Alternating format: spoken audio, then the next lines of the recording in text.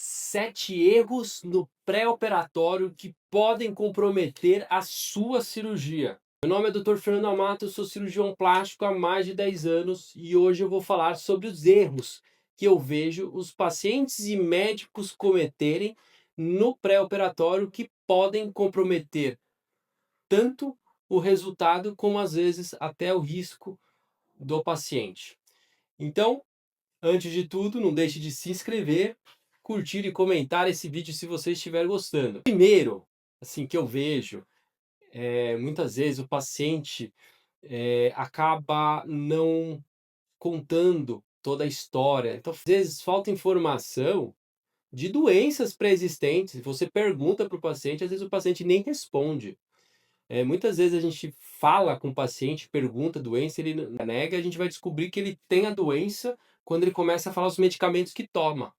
Então, falar as doenças pré-existentes é fundamental para fazer uma cirurgia plástica. E o segundo ponto, um erraço que eu vejo, é o paciente não falar dos medicamentos que toma ou omitir algum deles. Então é importante ter anotado isso em casa, porque na hora ali pode até esquecer, mas chegando ali no médico, precisa informar corretamente.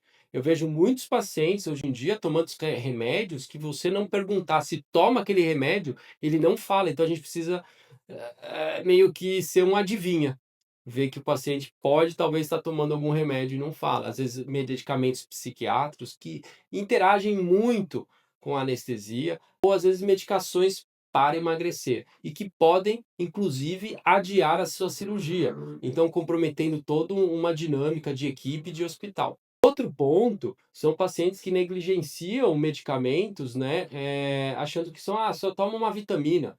Suplementos, vitaminas, eles têm potencial de prejudicar a cirurgia, podem aumentar o sangramento, podem interagir com os anestésicos. Então é fundamental falar quais suplementos está tomando, quais são aquelas vitaminas.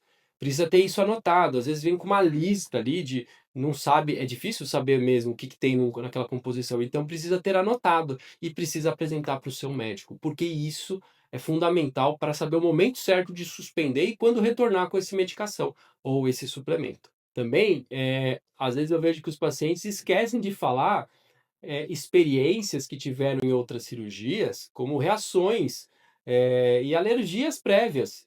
Às vezes em cirurgia ou às vezes a própria alimentação. Às vezes tem gente que tem alergia a camarão, tem alergia a kiwi, e isso pode ser um indicativo que o paciente tem alergia a algum material, alguma medicação que seja utilizada na cirurgia. Então, se você tem alguma alergia, já teve algum evento estranho, informe seu médico para ele estar preparado. Às vezes ele pode pedir um exame para se certificar que você tem ou não uma certa alergia e dar mais segurança ao seu procedimento. O que eu vejo também um outro grande erro são pacientes não tratarem as suas comorbidades, ou seja, não tratar as doenças antes da cirurgia. Então, se tem diabetes, precisa estar com a diabetes controlada. Se tem pressão alta, precisa estar com a pressão alta controlada. Se fuma, se é tabagista, precisa parar de fumar antes. Então, tudo isso precisa ser controlado para fazer uma cirurgia eletiva e estética, né? E mesmo que seja reparador, às vezes a gente consegue preparar melhor o paciente antes da cirurgia. Outro detalhe, um grande erro, é não mudar e não melhorar o estilo de vida. Como que alguém quer fazer uma cirurgia para melhorar, para se sentir melhor e não melhora o básico, alimentação, atividade física, sono, rotina, manejo de estresse? Precisa mudar isso antes da cirurgia. E aí sim você poder ir mantendo isso no pós-operatório. Eu vejo que tem muitas pacientes que quando começam isso antes da cirurgia, fazem a cirurgia, o ganho que elas têm no pós-operatório é incrível. Elas mudam muito, melhoram muito.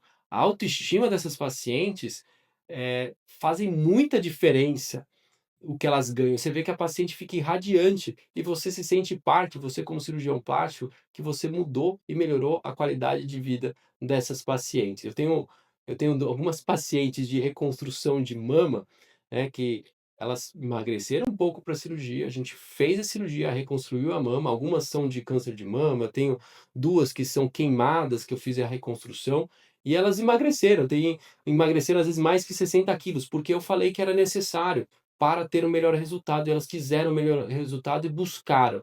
E hoje elas estão felizes. Então, você poder atuar nisso é extremamente gratificante como médico, né? Para um cirurgião plástico mudar a qualidade de vida de uma paciente, a gente se sente médico, se sente bem, né? Poder mudar e melhorar a vida de uma pessoa, a gente transformar a vida daquela pessoa.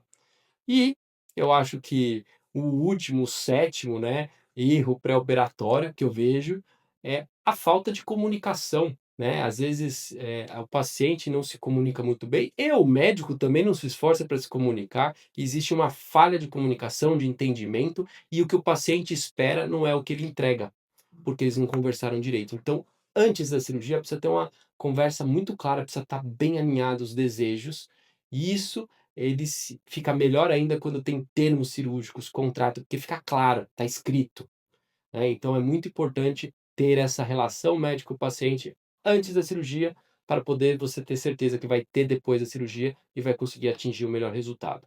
Então, se você gostou desse vídeo, se inscreva no canal, curta, comente e compartilhe. Muito obrigado e até o próximo vídeo.